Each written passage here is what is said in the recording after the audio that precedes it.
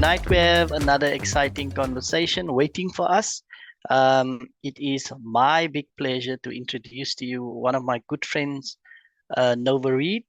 And as we are expanding with the podcast and we're trying to give you some more content, I need to give you some background on who Miss Nova Reid is. And so I will be reading some context for you, and then we'll get into a very nice conversation with Nova.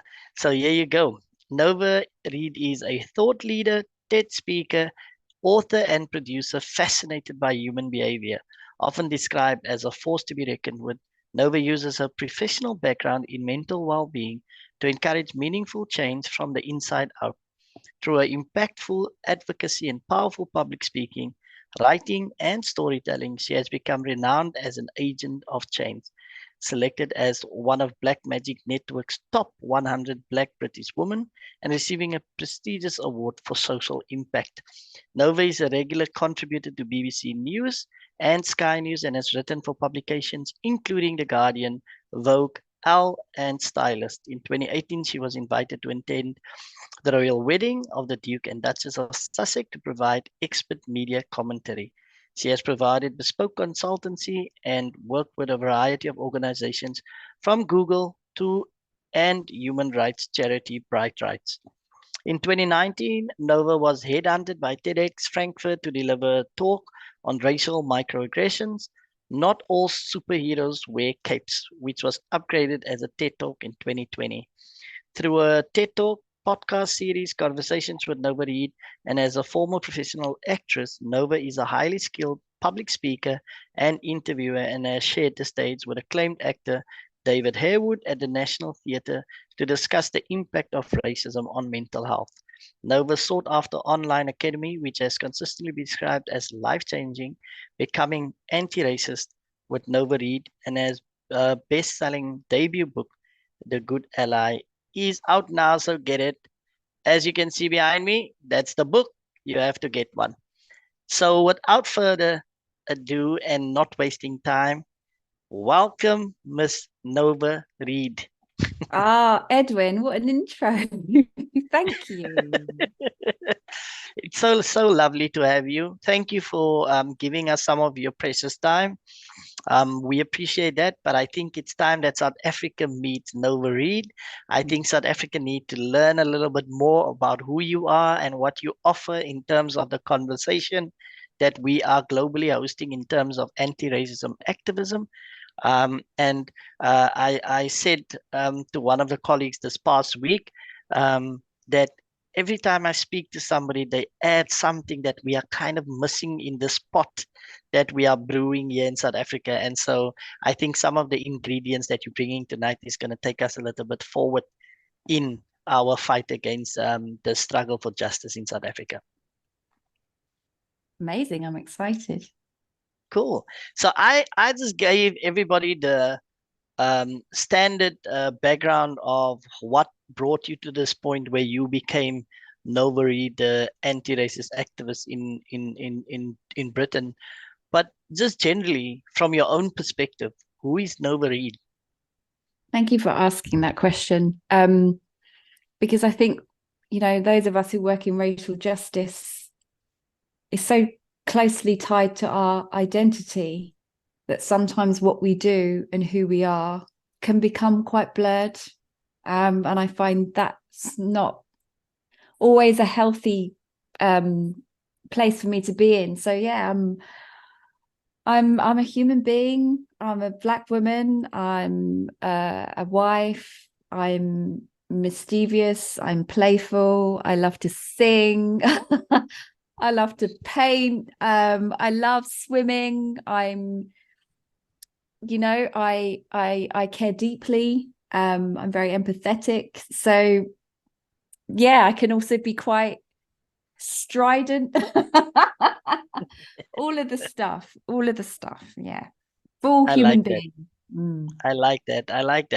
And I like how you incorporate all these multiple streams of whatever flows through you, because I think it's also important that we show up in the world honestly and openly, so that people don't have a misguided conception of the fact that we always cheerful and chirpy and jumping around, singing Kumbaya.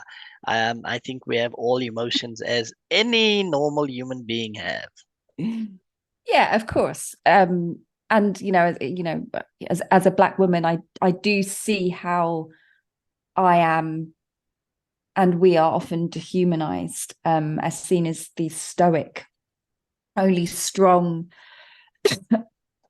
people when, we're all of it. Yeah, absolutely. And that, I think that gives us a segue into the next question, which is, you wrote the book, The Good Ally. Why did you write this book? Why was it necessary for you to write this book? Why did I write it? White supremacy, Edwin.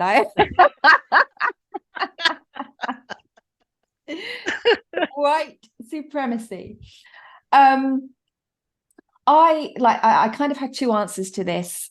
One answer was I was delivering a workshop to a creative agency on, they just weren't very inclusive with race within their business. And so they'd reached out to see how I could help them be more authentic with their kind of community building and therefore inclusion of different types of people from different racial backgrounds within their business.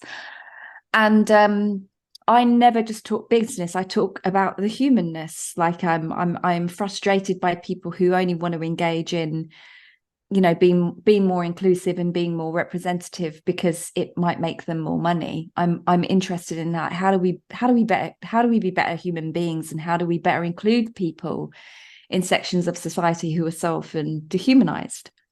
And so I was doing this talk, and my talks often will elicit tears, and because I'm connecting with our humanity. And so somebody came up to me afterwards and said, this is incredible, have you ever thought about turning your workshop into a book? And I said, I can't think of anything more dull. No. And I kind of really take it seriously. And then she gave me her business card and she said, well, just think about it. And I think several months passed, and I thought, well, let me just, because I've always written. I write journalistically. I write for magazines. I used to have a blog. Like, I've always written. Way back, I used to script write. So it's not something that's, I'm a writer. Yeah. But I'd never thought about writing a book, just because it seemed like that's for those people over there, not me. And so I was like, okay then. And so I started to write a few chapters. I added humor to it. I added humanness, and I sent some sample chapters to her, and she came back to me almost immediately and said, this is amazing. I think I can get you a book deal. And that was in 2018. And she did, as Wow. several years later, she did. So that's one aspect of it. And then as I got to, and around this time, I already had an online anti-racism course. I'd already been researching, writing, and building a course.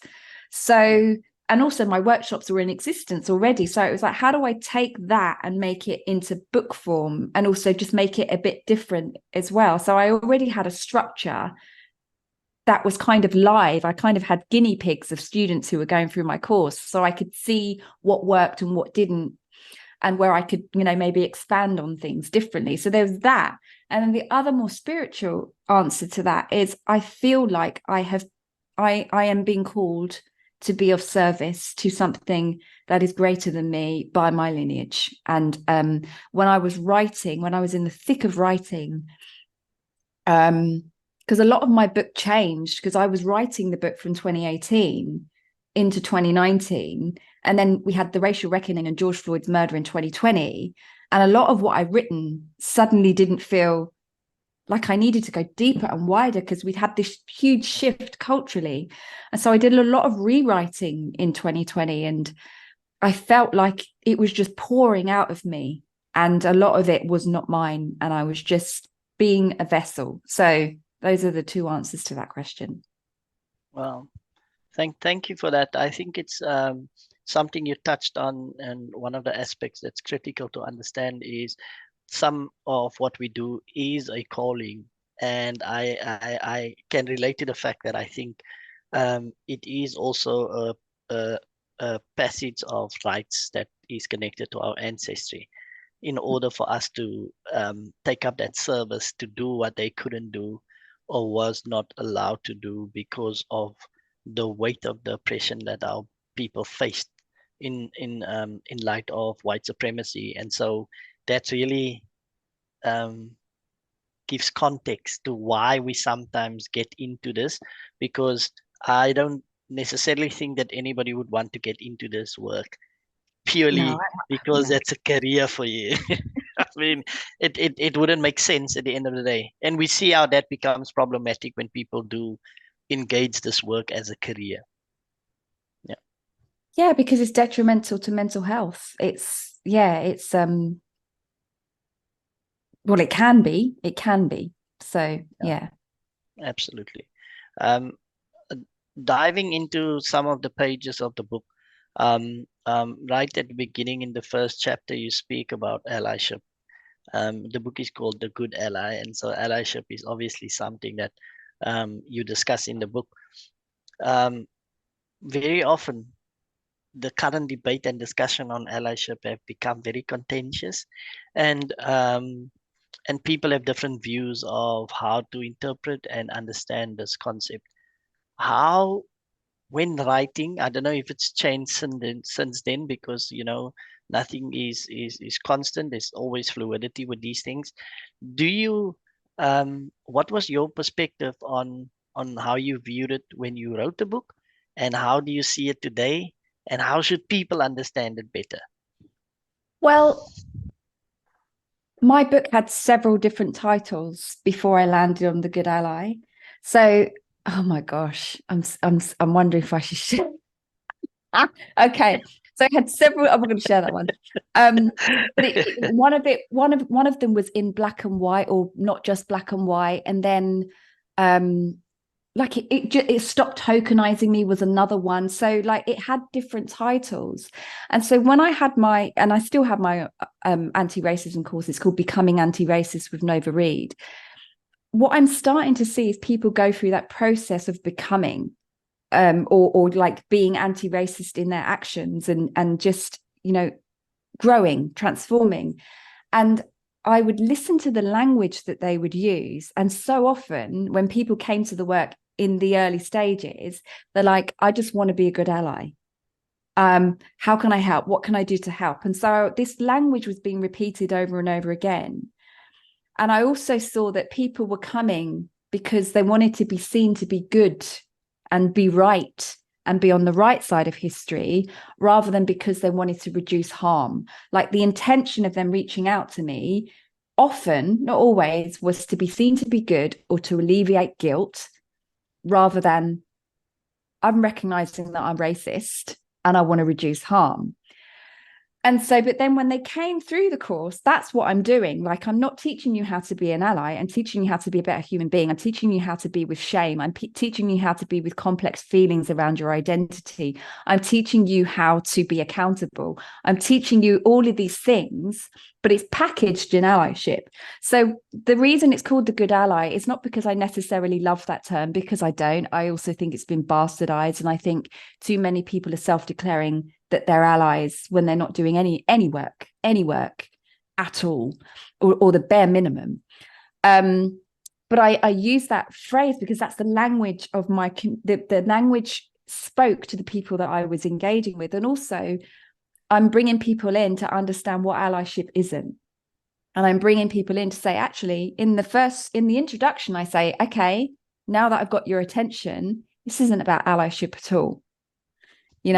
I'm going to talk about performative allyship and why that's harmful and why that's actually racist, when you're actually doing something to be seen to be looking good and using black people as props for your credentials and your credibility, rather than how can I reduce harm?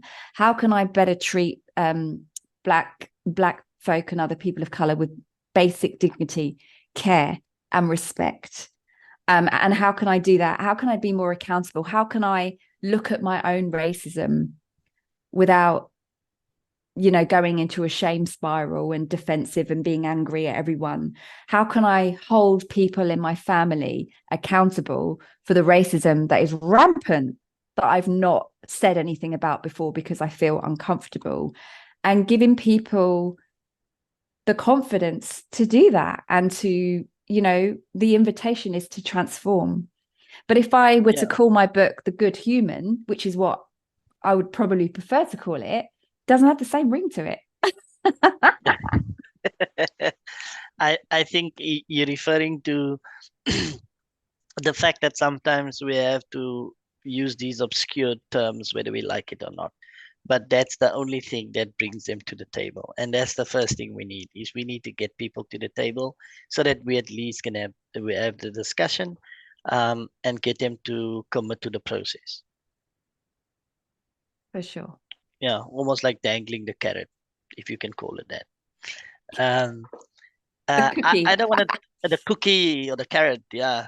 I don't want to throw you off course here, but the next question is just to say that why are you doing all this work, and why is it necessary to write these books and all of that when the global idea that is perpetuated from the British society and news and things like that, apparently um, there is no issue of racism in the UK.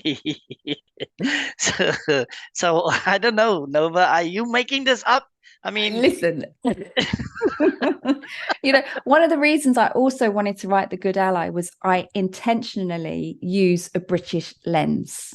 And that's not because I'm bypassing racism in other parts of the world, because I bring it in. I bring a lot around, where these racist laws came from. A lot of these racist laws and the practices of the culture of lynchings that are prominent in, or were prominent, and still are in societies. Often these practices came from British migrants, and so we learn, the violence that we see across the globe is often inherited from other countries, and there is a lot that is inherited from Britain. The final solution methods that were used in Nazi Germany in the Holocaust, they were generated in a lab in London, at University College London at the time. I can't remember the year, but around that time.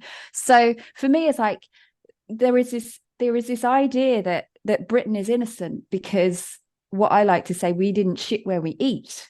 No, a lot of our colonial violence happened in the Americas. A huge amount of colonial violence happened in the Caribbean, which is my lineage, where indigenous communities in the Caribbean either died from exposure to European diseases or worked to death. And they thought, right, well, who can we put here instead? And that's where the trafficking of millions of Africans happened and ended up in the Caribbean.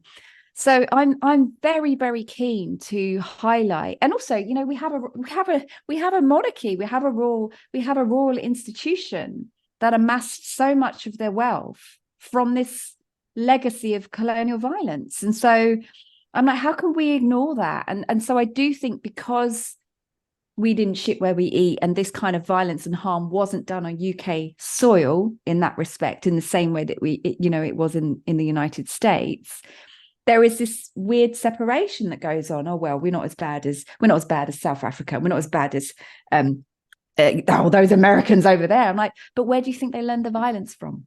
Where do you think they learned? Because America yes, was also a British colony. So for yes. me, it's about helping people understand our history and Britain's role in that, so that we can stop repeating patterns of harm and patterns of a total lack of repair and accountability. Yeah, I think that's a critical point that we need. I think we all are very focused on that, and it's a critical um, uh, responsibility for all of us to teach our people about the history, the true history of how we became the world that we live in today. I don't know how many people know that America was one of the colonies for the British. Africa was colonized. South Mm-hmm. Africa, my lineage, South Africa was colonized by the British Yep. for the longest time, and until we were given or taken our independence. But funny enough, this is now something that recently came up, that I thought I'm gonna throw it in here. One of the crazy things, of the ghost of this colonial system, we just recently were notified, in South Africa, that the cost to travel to the UK would be increased for us to get a visa and to travel there. And the crazy thing, and I don't know why our Black and African leaders allow this to happen, Yes. but British people are allowed to travel to South Africa and Africa without using a passport, or without paying for a visa to come and Yes. visit our country. So, how does it make sense that people who are living in extreme poverty have to pay thousands of rand to go to this colonial power that basically has some connection as a family member to some Hmm. extent, because you were living here and you're still gaining some rewards from our resources as it stands with some of the treaties and agreements that he signed. But now you can come in freely, but we have to pay to just come in there. And even to get in there, the process over here is so strenuous and ridiculous. Hmm. How is it that Black people continuously allow these global Northern Hemisphere powers to treat us like we are the the slaves that they hold power over? I Hmm. don't understand that. I mean, I think it filters into your conversation about repair and understanding the healing process and the harm that we have gone under, Hmm. and how do we then step to our abuser or colonizer to take back the type of power where we dictate the terms of how Africa looks in the future. You know, um, what white supremacy is a powerful force. It's more than an ideology. It's an entire structure. It's an infrastructure that existed for centuries. And you're not just going to dismantle that. It's going to take a long time, and you're not going to be immune from ingesting the false belief that the darker your skin is, the more closer you are to being subhuman, the more inferior you are.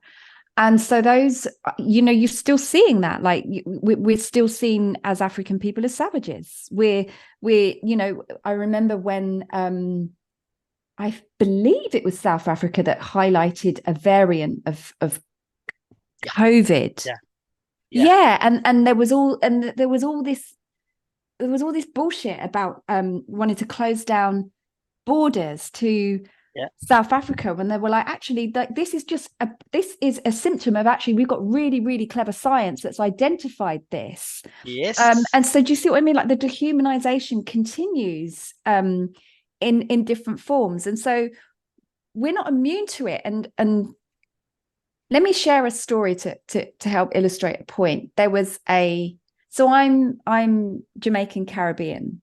I have lineage lost to slavery. I have, I say Jamaican Caribbean. That's via Nigeria, right? West African Yeah, ancestry. And those of us who have lineage lost to slavery and are Caribbean people, and are in Britain, there was a legacy of harm. There was more a legacy of colonial harm when we had our land pillaged by the British, to the extent that there is barely any resource and barely any opportunity for people living in Jamaica or the Caribbean at the time. And so the government and the monarchy put out a call to the Commonwealth countries to come to England to help rebuild the land after World War II. And so many responded to that call, including my grandfather, and travelled on many ships. The one we most know about is Windrush, but many ships and many planes to come to England and rebuild lives there and contribute.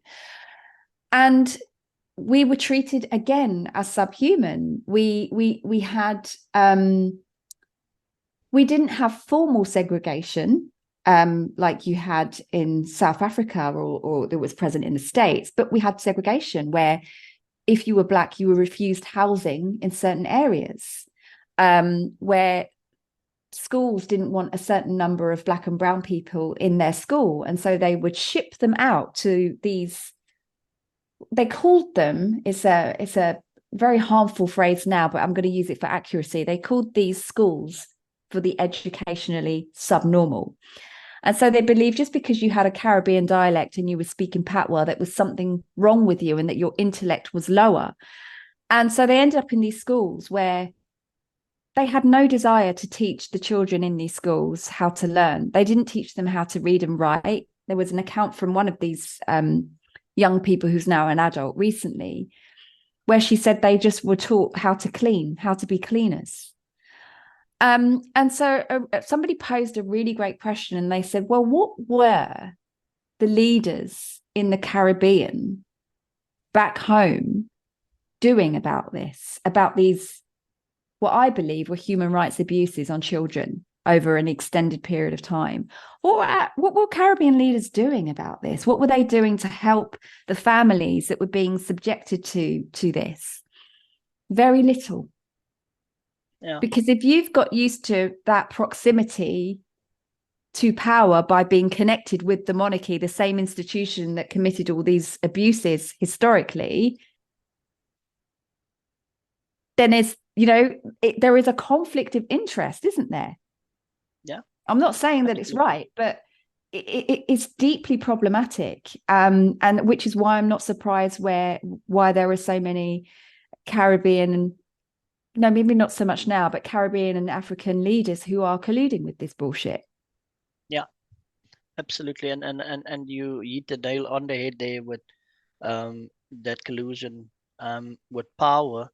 But I think it's also to do with that internalized racism where we adopt this white male patriarchal um, concept that we can own that type of power. And that's the biggest bullshit, because it doesn't matter how much power you achieve to lord over your own people. As soon as you step into a room of white people, you are the lowest form of human, regardless of how much power you own amongst your own people. And so it probably would serve you better to take that power and use your people to overthrow white supremacy. But black leaders have just become too comfortable with the comforts of colluding with whiteness, and Yeah, so that's difficult. and the habit of colluding with whiteness, because Yeah, for some it was a method of safety or survival, right? yeah, And it can be, but also it's that proximity to power. And so, there is in being, in doing liberation work, in being anti-racist, we all have our work to do. And it's also looking at how we enable this, yeah, as other people in Black bodies, how we also, Black and brown bodies, how we enable it. yeah. Absolutely. I think that is one of the critical points that we are highlighting that we need to do. That's why a lot of us, the way we do the work is to separate us according to race, because each of us have different work to do, Yes. and that is critical. So good point there. I'm gonna jump right back into the book. I don't even think we're gonna have time to go to many of the questions that I've combined, but I love the conversation as it stands. You touched on performative allyship, and how that is problematic, and I think the reason why I want to delve into that type of conversation is there are some people out there that has this concept that they busy doing the most when they barely doing anything to change the status quo. And so why I have these conversations is I want us to expose to black people how to see that it's not genuine, so that we can understand that we shouldn't invest in those relationships, because at the end it almost always ends in harm for black people. And Mm. so I asked that question so that people can learn from this. And I also see how it builds on how we will be teaching people when you land here in South Africa. Ask me the question again. Yeah. So a performative allyship, why is it problematic, and why and Right. how should Black people understand how it works so that we can I better mean, deal with it? Yeah. yeah, so it's problematic because performative allyship isn't allyship, it's racism. Like if you're doing something, if what you're doing is not because you have the intention to reduce harm, or because you have the intention to try and want to better understand yourself or someone else or communities that are different to your own, if your intention is just so you can look like you're doing the work, that's not genuine. Like that's performative, that's virtue signaling, that's, you know, I'll use an example. I call it Black Square Summer. I call summer 2020, when George Floyd was murdered, Black Square Summer, because a whole load of white people were just putting images of black squares on social media. Like, who is Yeah. that helping? Who is that actually helping? And so, you know, or another example, I often share this one, where there was a phase where, you know, people who would be described as influencers, I guess. So they've got a significant social media following, and they would share that they had signed up to my anti-racism course and they never signed up. Or they would sign up to it, but they would never log in. Like, who is that? It's not honest. It's not an integrity. And so for me, being anti-racist is learning to be honest. It's you know, being able to be given feedback on your behavior again and again and again. And for those people who are just being performative by putting black squares up, you know, another example during that season was people racialized as white putting all this stuff up on social media, but not actually engaging with the people in their life who are black, who are Asian, who are hurting, and saying, you know what, I've not done enough. Like, I've never asked you, you know, when something happens in current affairs where, you know, there's black trauma left, right, and center. I've never actually connected that you might be impacted by that and asked if you're okay. But yet they're sharing all these books on, you know, taking pictures of books and putting them on social media, and not actually engaging in anything meaningful with the people in their community. And community can mean family, it can mean place of worship, it can mean, you know, your school. Like, what are you actually doing at a grassroots level to affect change? And I'm much more interested in that. And also, you know, as somebody, you know, as a black woman, I can also tell when somebody is being genuine in their efforts, Yeah. and when they're being performative. Like, you feel it in your body. I don't know how else to describe it, but you can sense it. This is off. This is not Yeah. genuine. Yeah. I agree with you 100%. Uh, I am trying to build my concept within my PhD that I'm completing. I am building a concept of attitude, which it's a certain attitude that you feel. Black people know it. It's so clear. You know exactly what happened in that room. Nobody spoke. Nobody said Mm-hmm. anything. But there's an attitude, the way they looked at you, and you Mm-hmm. knew what was said or thought of you in their minds. And so I'm trying to build on that, but it touches on what you're saying. How is it that white people that tend to want to help and do good end up wanting to save us somehow? Like why is saviorism such a big problem? Why do they not understand that we don't necessarily need them at any point to save us? They need to save themselves. Speak to white people. How do they save themselves? Because we are frustrated by this idiotic idea that they have to run only to save us. What's it? Yeah, I mean, it's a big question, and you know, there is a lot written about white saviorism, and kind of that culture. You know, there's a huge culture of white saviorism within, you know, Christianity, and, you know, missionaries going into, you know, different parts of Africa, and causing all sorts of havoc and harm. But again, it goes back to this belief that there is something, that we are inferior. So if you've got a fundamental belief, whether you consciously believe that to be true or not, or a subconscious belief that a group of people are fundamentally inferior because of their color of the skin, like those kinds of actions are going to keep coming up and up and again. It's the same with people that donate to charity. It's people who make a one-off donation have a very different intention to people who are donating continuously because they want to see the work continue and build. And we had a huge issue with comic relief, often going to parts of Africa with these white celebrities and taking pictures with all the poor Black children, and then using Black people as props, where and making out like it's the white people that are helping in these deprived countries, where actually the majority of people who are organizing are from within communities within Africa, within the African diaspora. So like there's just there's a false narrative. Even here in the UK, we have these adverts where the charities are asking for donations for people, and I remember it as a child as well, and I don't feel like it's changed much, where you've got images of young Black children with flies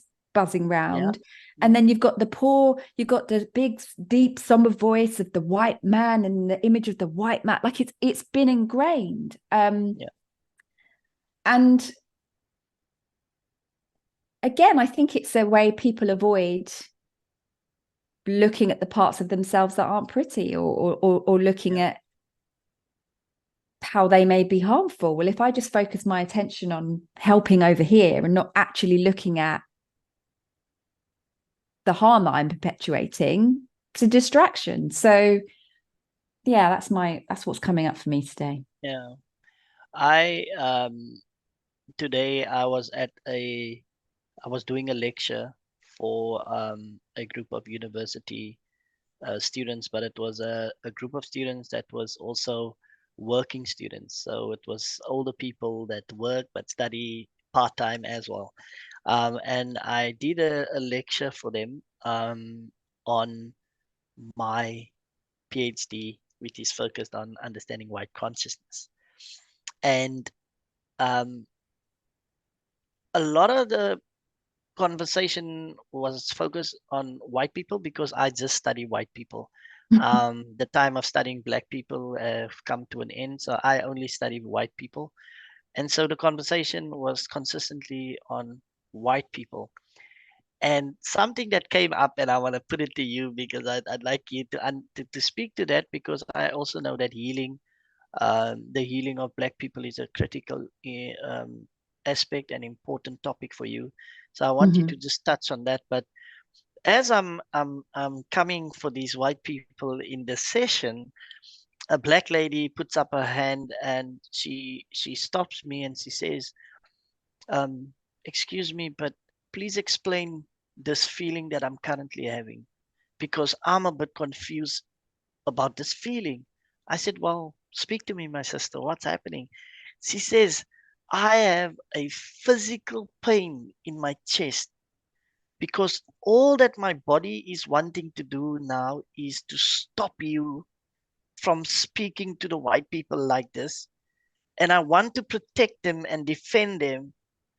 And I know it's not right that I feel this way, but I don't know how to stop my body from forcing me to do this. And so she ended the question with, is this part of what you're referring to with regards to the healing of the trauma that is living, intergenerational trauma that is living in our bodies and so on. And so I discussed that with her.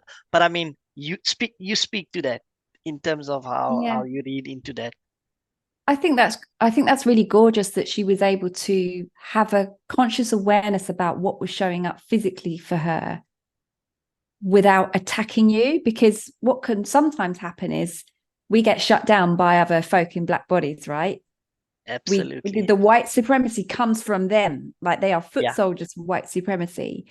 And so that she was able to hold the discomfort that she had, and also recognize this there's got to be something more to what's going on. Because there is I think the most recent study shows that trauma can be passed down from womb to womb, from generation to generation, for up to 14 generations long. So sometimes when we have these enormous visceral responses, or sometimes disproportionate responses to something that's unfolding in front of us, that's usually a sign it's probably trauma. It's something that's got stuck.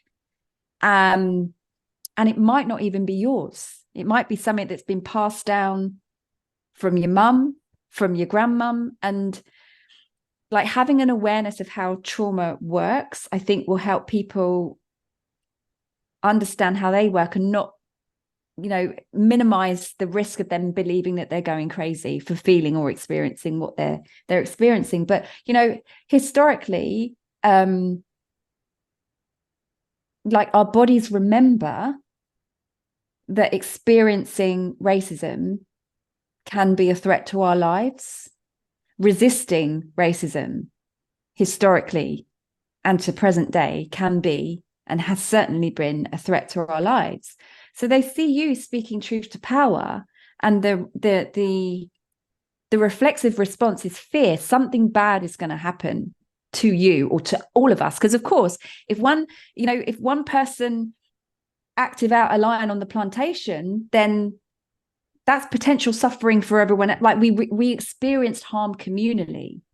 And so I see that as her body responding to something that's happened in the past and clashing with the present around that. Is our bodies remember that experiencing or resisting racism is a risk to life. And so for me in the work that I do now, it's really helping people recognize what's past and what's present and how to regulate in the moment and remind them that they're safe. Like what you think is happening is in the past, it's not happening now, and just helping people really ground and really have some degree of separation, because people have a real fear of retribution that their lives are going to be ended by a white person. And like, don't get me wrong, like that is still, we're still seeing that in some respect in society, certainly not in the same way communally as we have, but that's a real fear response for people, which is why it's easier to just collude, be quiet, keep your head down, don't rock the boat. Yeah. Absolutely. I thank you for that, because I dealt with the moment, but I thought we need more reflection, and that's why this is not, especially in those moments when you do a lecture like that, it can't be once off. You have to continue. And I said to them, we actually need a few weeks to work through this. We cannot Lovely. have this discussion only over a 2 3 hour session and then move on with life, because you will be left with more questions rather than answers. Our time is running out fast, and I have so many things to continue discussing. But I'm going to bring up the topic of microaggressions, and I'm going to throw our brother Resma Mannequin into this, because and I'm going to try to imitate him when he says this. He's like, uh, what's this thing about microaggressions? That shit. There's nothing micro about that shit. That shit harms like it does any other racism that you encounter. So I'm trying to and then somebody would come and say, well, it's not about the magnitude that we're talking about. We're just saying that there's some bigger things and there's some smaller things that might impact you. So if you can bring some light into that conversation. Yeah, and so, with pleasure. I've also done a TED talk on the subject so if you're listening in and you want to delve in more, please do watch the TED talk, because I break it down. But it's a term founded by a Harvard, I believe, academic called Chester Pierce. So, it's an academic term that we're using more in the mainstream now, but the whole point of it was an observation of these kinds of everyday slights and slurs that, the Black and brown folk experience on a daily basis, from unwanted hair touching through to regularly being spoken over, lack of eye contact, people moving away from you, clutching at bags on public transport, through to going to the shop to buy something and noticing that shopkeeper is engrossed in conversation with a stranger before you who is white, and then you come, there's no eye contact, there's no conversation, and they've slammed your change down on the countertop for you to pick up, and whereas before the person, it was placed in their hands. So these everyday ways that it's communicated that you don't belong or that your value is somehow less, these everyday experiences of disrespect, I guess. And the reason that they're called microaggressions is not because they are small, but not because their impact is small, but because these are the subtle ways that everyday racism sneaks in. And microaggressions now can apply to, other things like sexism or, people, homophobia. Like they can exist in other identities. But they're the everyday ways it's just communicated that you are an other. And the research shows that everyday exposure to racial stress, like microaggressions, can show up specifically in Black bodies as trauma. So it was important for me to highlight when you incessantly get questions like, where are you from? Yeah. When I, unfortunately, speak the Queen's English and I live in Britain, and people do not believe the answer. And you're asked time and time again where you are from, because you can't possibly be British because your skin is black. So I think it's important that there is some degree of understanding about, I guess, the spectrum, and also that just because you get these little questions around where you're from or hair touching every now and then, that they don't cause harm, because they absolutely do. And it's a frequency of these microaggressions that causes the harm. And it's why people, often myself included, will say, like, I'd rather not deal with any racism, thank you very much.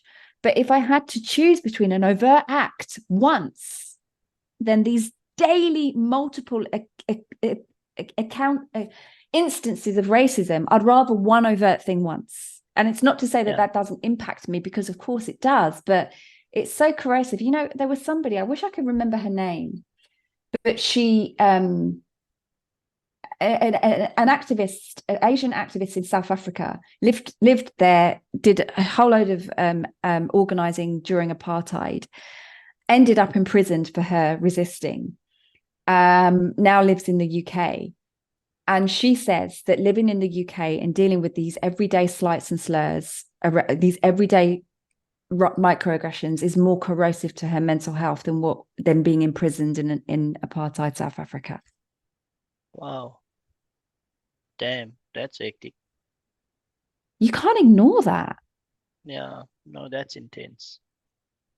Holy, yeah. Yeah, time, Yeah.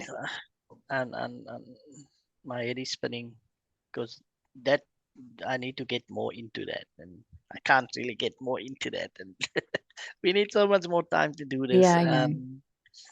The you invited to the wedding for the Duke and Duchess. I love how So you just segue to wedding yeah, after.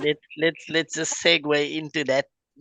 I think we spoke a couple of months ago, and I said to you, I'd like to get your view on this one. So this is more sensational, I think, the conversation, although still very important to have. You were invited to the wedding as a commentator. Um, so speak to us. Are you team Megan, or are you? Um, can you confirm tonight whether the royal family is actually just racist? How can they not be? Like, do you see what I mean? Like, to me, that's a ridiculous question. Like, they probably get myself in trouble. But we have been socialized. We have been socialized to be racist. If you're going to ask me if the royal family are white supremacists, then no, I don't believe that they are. But like, we've been conditioned to be racist. We've been socialized to be racist, and there has been no accountability for the role that the monarchy has played in some really, really problematic, really, really harmful human atrocities and genocide across the country. Like, I'm not saying that individuals within the monarchy are responsible for that, but the institution is responsible. They've amassed wealth off of the back of enslaved people. Like, we can't ignore that. If we want to be accountable and to work on repair, then there has to be some degree of acknowledgement, and there's never even been any acknowledgement. And then of course we get instances where we hear about, you know, racism happening in the royal family by, you know, certain aides, or I can't actually remember her name now, but it kind of doesn't matter. And then the spotlight is on, oh, well, you know, this individual in the royal family is racist, or rather than, no, we need to look at the institution. That's what I am interested in doing. So yes, the institution, how can it not be? Yeah. You, I was gonna move on, but I have to ask, because you said it. So you say they definitely racist, not necessarily white supremacist. How do I understand that I view? think there was a lack of understanding about what racism is. I think people hear the word racist and they automatically think that you're talking about somebody who is a member of the Ku Klux Klan, somebody who intentionally and consciously wants to commit harmful acts of aggression on people who have melanated skin, right? People who are black and other racially marginalized groups. So like, that's a completely different thing. Like, we can talk about white supremacy as a structure in terms of I struggle to get plasters that are my skin tone, because the default, you know, it's assumed that people who need healthcare and support all have white skin, in the same way that when I go on a website to look at a skin condition here in the UK, all of the skin conditions are on white skin, and they say, well, you need to look, the rash will show up as red on your skin, but my skin, the rash won't show up as red.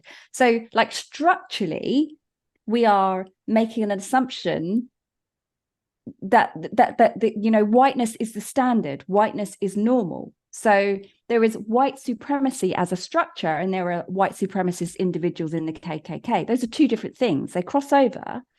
And I think people conflate what racism is. And so if I say what you've just done is racist, or, you know, what you've just said is racist, and your understanding of racism is somebody in the KKK, then of course you're going to defend your position. Well, I'm not that. And then you're going to shut down, and you're not going to focus on, right, well, how do I actually repair? How do I take accountability? If we've amassed all of this wealth off of the back of the transatlantic slave trade, what can we do now to repair? What can we do now to, you know, invest in infrastructure so there is less disparity? Because, you know, British taxpayers, Edwin, you know, when slavery was abolished in the UK, when slavery was abolished in the 1800s, compensation was paid to slavers. Compensations were not paid to the people who were enslaved and had nothing, who had no, you know, no family, no land, no autonomy over themselves, absolutely nothing. So British taxpayers were paying off those reparations until 2015. Slavery was abolished in the 1800s. British taxpayers were paying that off until 2015, including me, right? So you can't be surprised that we have all these studies now that show that there is an ethnicity pay gap, and the people who are most impacted by the ethnicity payback are people in black bodies, like, you know, black men, and then black women more likely, and then black disabled women. Like, that's not happening by chance. So you've got to take accountability. You may not have been responsible individually, but if you're part of an institution now that has amassed an enormous amount of wealth off of the back of those reparations, what are you doing to repair? What are you doing to build a more equitable society? Like, it's ludicrous to me that we had, you've got me on a rant now. It's ludicrous to me that we had the coronation for King Charles. We lost Queen Elizabeth last year, but we had a coronation for King Charles this year with all this pomposity in the middle of a cost of living crisis. Like, the cognitive dissonance around that and the lack of accountability, I find painful. Yeah. And I think I heard reports that some of those payments to slave owners as reparations, some only stopped as recently as like 2-3 years ago, or even now in 2023. And so I would venture to say that while slavery was abolished, um, when we look at the global economic system and capitalism, I think slavery just became more modern in a way where Yeah. black people are still paying for whatever crimes the white global north enforces on the world. Yeah, I mean, you can just look at that in terms of the climate crisis now, and who is most impacted by all of that land extraction, and what happened as a result of the Industrial Revolution. Like, it's all linked. Like, that's why I think it's so important we have to understand our history so that we stop repeating Yeah. cycles and generations of harm. And yeah, there was something else I was going to say. It's gone now. It's gone. You have to end on the royal It's family. because Just yeah, we can't do that. So I'm gonna give you the final segue, which is I think the best place to end it tonight, as our time has run out. Um, Black women are divine. ah. I mean, what would you like me to say?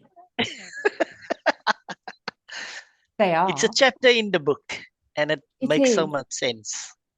Yeah, Yeah, it was both the hardest chapter to write, really hard to write, and also it's my favorite chapter. And I was really wanting to highlight some of the current day dehumanization that Black women often experience and tie that to the dehumanization we experienced historically. And also um, to remind people that, as Resma will say, we are tied to creation, and to remind people and to talk about the science that's behind it. That, I'm going to tell a story. Let me tell the whole story. We're going to go over a little bit. Bear with me.